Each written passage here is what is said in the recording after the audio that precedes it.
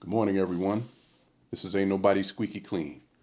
As always, I want to take a moment to thank you for taking time out of your busy schedule to come over here and visit with me.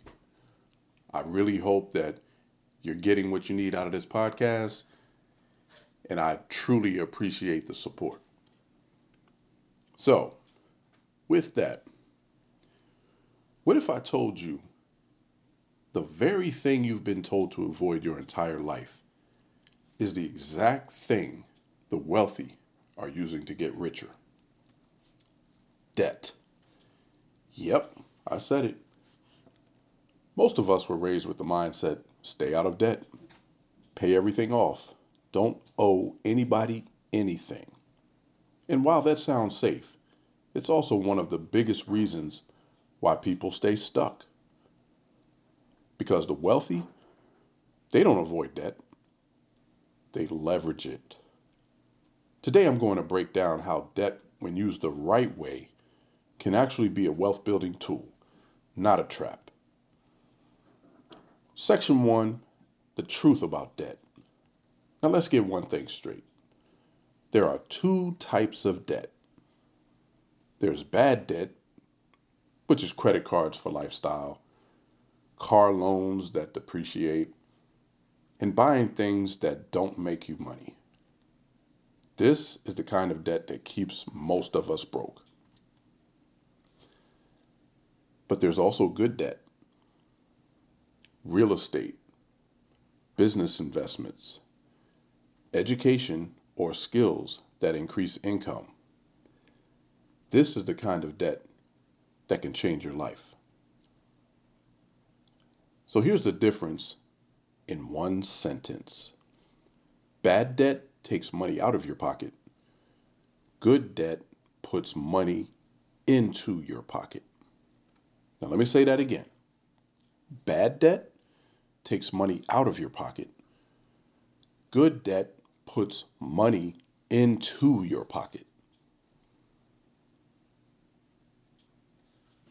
Section 2, how the wealthy use debt. So let me give you a real example. A wealthy person doesn't save up $300,000 to buy a property. They might put $30,000 down and borrow the rest. Now they control a $300,000 asset that someone else is paying for through rent. That is leverage. They're using the bank's money, the tenant's money, and time to build equity and cash flow. Now, here's the real game changer. They repeat this process again and again and again. Meanwhile, the average person is trying to save everything first. And by the time they save enough, the opportunity is gone. Section 3, why most people stay stuck. Let's be honest. A lot of us aren't broke because we're lazy. We're broke because we're taught the wrong playbook. We were taught pay cash for everything, avoid risk at all costs. Debt is dangerous. So the problem is the system has been broken for generation after generation. So you're just learning bad habits from your previous family, from your older family members.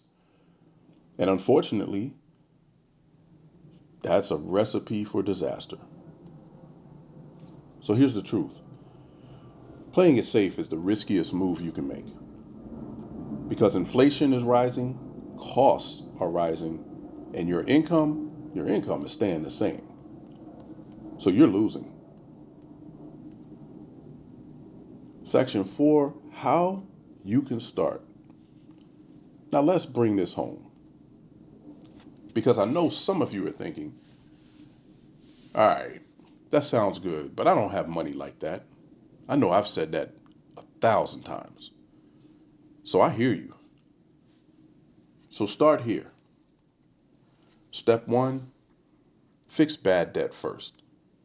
Get rid of all high interest consumer debt. That should be priority number one for you. Step two, build credit power. Your credit score is your leverage key.